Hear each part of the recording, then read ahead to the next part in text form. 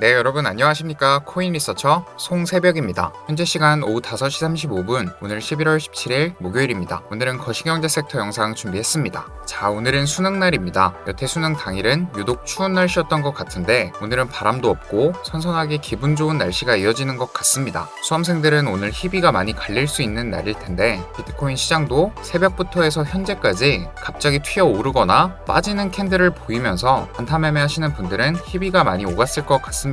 이렇게 시간을 소모하면서 옆으로 지루하게 횡보하는 차트를 만들 때는 등락폭이 좁은 만큼 고배율 매매를 하시는 분들이 많으십니다. 그런 경우 짧은 봉 스캘핑 매매를 이어가시게 되고 1분봉 기준 이렇게 거래량이 붙어주면서 올리는 경우 불타기를 하시거나 고배율 포지션을 잡게 되는 것이죠. 이런 자리에서 고배율 진입을 하시면 물타기를 하셨다 하더라도 겨우 탈출하거나 숏스캘핑을 하신다 하시더라도 이런 차트의 움직임을 수익화한다는 것은 흡사 도박과 같은 매매 접근으로 변질될 수 있습니다. 고배율 스캘핑도 방향성을 잡고 진행을 하셔야 유리한 것이고, 이런 박스권 안에서는 매물대를 보시고 이렇게 기준을 잡았다 하시면 올라오면 숏 포지션, 내려가면 롱 포지션으로 스위칭을 하시면서 손절가는 저가 이탈, 직전 고점 이탈, 이렇게 매매 접근하시는 편이 가장 안정적인 방법이 될 수 있겠습니다. 저는 텔레그램을 통해서 입장하신 분들과 소통하고 있는데 현재 구간은 기대 수익률 대비 리스크가 더욱 큰 상황이라 보고 있고, 26.8K를 기준으로 하단에서 차트를 만든다는 것은 하방 압력이 좀 더 강한 것이라 보고 있습니다. 포지션은 따로 진입하지 않은 상황이고 포지션 진입 시에는 텔레그램을 통해 모두 공유드리고 있습니다. 텔레그램방 입장을 희망하시는 분들께서는 고정 댓글 링크를 통해 문의 주시면 되겠습니다.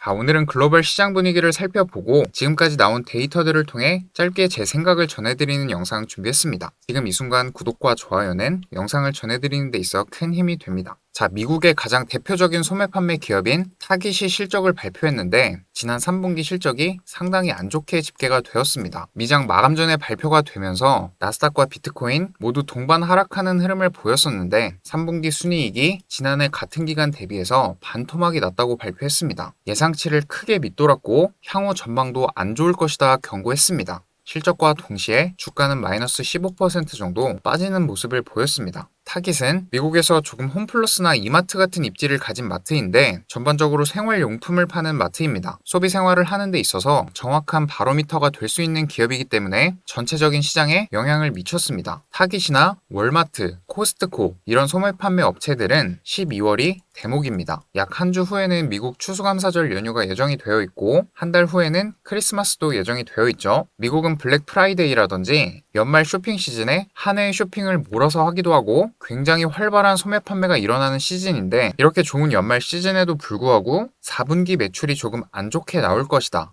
타깃이 이렇게 경고를 하면서 시장에 미치는 영향이 컸던 것으로 볼 수 있겠습니다. 자, 타깃의 CEO는 고객의 쇼핑이 점차 인플레이션과 금리, 경제 불확실성의 영향을 받고 있다 언급했습니다. 결국 완화가 되고 있기는 하지만 기록적인 인플레이션과 침체 우려, 치솟는 금리가 미국 소비자들의 실제 생활에 영향을 미치고 있다는 의미로 해석할 수 있겠습니다. 자, 그리고 어제는 미국의 경제 상황을 전반적으로 살펴볼 수 있는 다양한 경제 지표가 발표가 되었습니다. 그중 가장 중요한 경제 지표인 10월 소매 판매가 발표가 되었는데 미국의 소매 판매는 미국 경제 성장 동력의 약 3분의 1을 차지하는 중요한 팩터입니다. 타깃과 같은 소매 기업의 실적이 안 좋게 나오면서 상당히 소비 둔화, 경기 침체 가능성에 대한 우려가 증폭이 되어 있는데 불행 중 다행인 셈으로 소매 판매가 시장 예상치보다는 괜찮은 수준을 나타냈습니다. 전달 대비해서 증가세로 돌아서는 모습을 보였고 호조를 나타냈다 볼 수는 있지만 한 가지 고민을 해볼 수 있는 부분입니다. 컨센서스를 상회하면서 소매 판매 지수가 호조를 띄웠다는 것은 돈을 많이 쓴다는 것이고 자산 시장에는 굿뉴스가 배드뉴스다 이렇게 해석이 될 수 있는 부분입니다. 정말 영상을 통해 전해드리면서도 참 귀에 걸면 귀걸이, 코에 걸면 코걸이로 해석할 수 있는 부분이라 생각이 드는데 이 지수를 판단하는 주체가 연준이라고 생각을 해본다면 돈을 잘 쓰니까 금리를 더욱 올려도 되겠다 이렇게 볼 수도 있고 인플레 고점이 보이는 상황에서 미국 경제가 강하다는 것이 상승의 요인이 될 수 있는 것입니다. 자, 만약에 컨센서스를 하회했다고 하더라도 고강도 긴축 때문에 소비가 다 죽어간다. 연준은 피벗을 해야겠다. 이렇게 생각하면 피벗 기대감으로 또 상승을 할 수도 있고 안 좋게 나왔으니까 경기 침체다. 하락하겠다. 이렇게 생각을 할 수도 있는 것이죠. 참 이게 지표를 어떻게 해석할지 연준의 마음대로입니다. 그렇기 때문에 더욱이 이번 주 연준 인사들의 발언에 좀 더 집중할 필요가 있다 볼 수 있겠습니다. 자, 일단 지난주 CPI까지는 시장 분위기가 정말 좋았습니다. 그런데 FTX 알라메다의 파산 이슈 외적으로도 이번 주부터는 조금 주춤한 양상을 보이고 있죠. 사실 결론부터 말씀드려 본다면 이런 상승이 너무 가파른 상승이 아니었나 이런 생각도 들고